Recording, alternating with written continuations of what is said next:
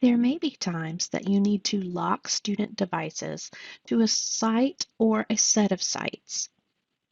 So the site lock feature, you can either click one or two students and click site lock, or use it for the entire class. So I'm going to go ahead and click site lock so it applies to all devices.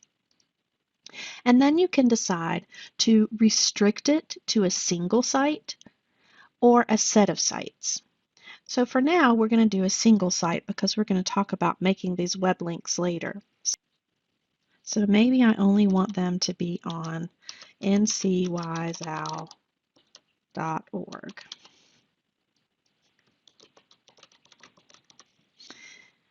I'm going to go ahead this time and choose Save as New Web Link, so you'll see how that's added to the list.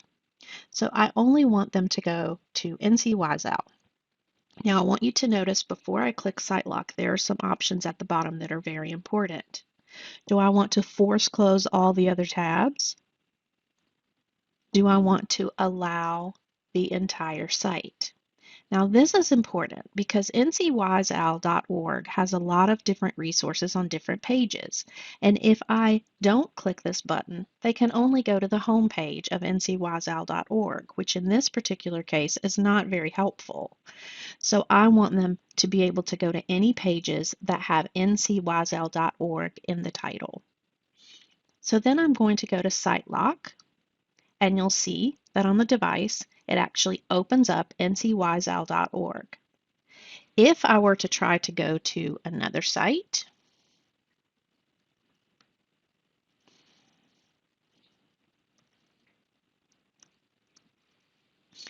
it's going to say that the content has been blocked. So the students can only go to ncyzal.org sites. So that's how you can restrict sites using the site lock. You'll notice when a student's device is locked to a particular site or set of sites, they'll have the globe icon.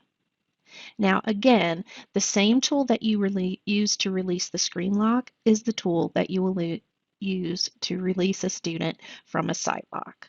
So I'm going to click Release and say yes. Now they can go to other pages, and if they want to go back to the site that they were trying to go to before,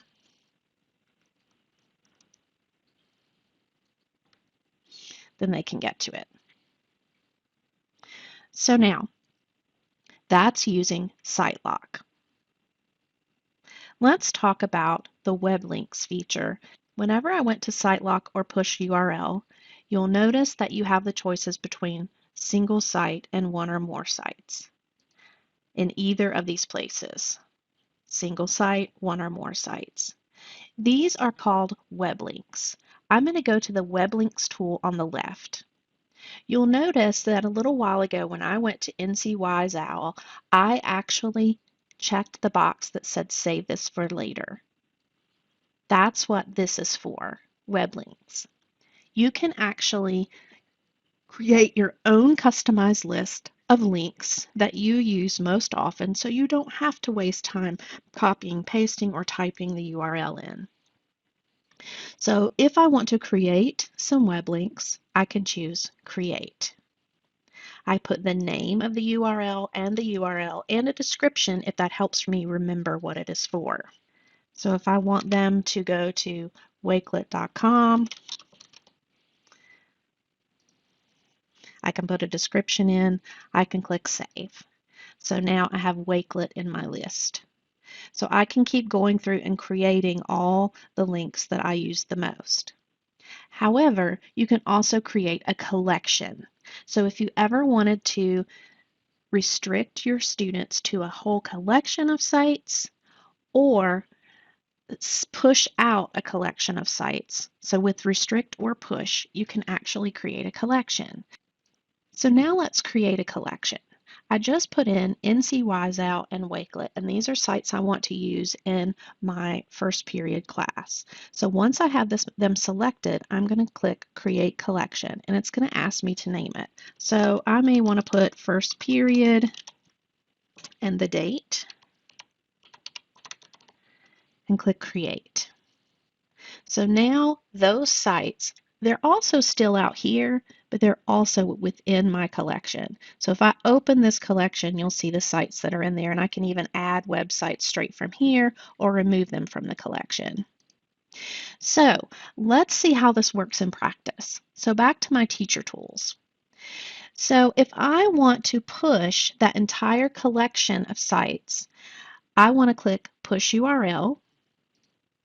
And then instead of typing in the URL, I'm going to click Open one or more web links. Now, I could have just clicked Wakelet and also NCYZOW, but now that I've made a collection, I can save myself some time and I can choose the collection and say Push. Watch what happens over to the right. All the sites will open. So you'll see the NCYZOW site and Wakelet are opening up. So both of those two sites opened on my student devices. So that's a way you can use push URL. Now you can also use the site lock in the same way. So when I choose site lock, instead of restricting to a single site, I can come down and say, I only want you to use the first period links that I have available for you, and I want it to close all other tabs. I do want to allow the entire site, and I'm going to say site lock. Then you'll see what happens over to the right. All the other tabs closed except for NCYZOW and Wakelet.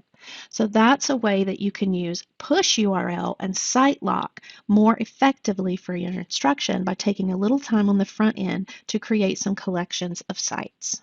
Again, you can click release when you're ready to release your students from the lock.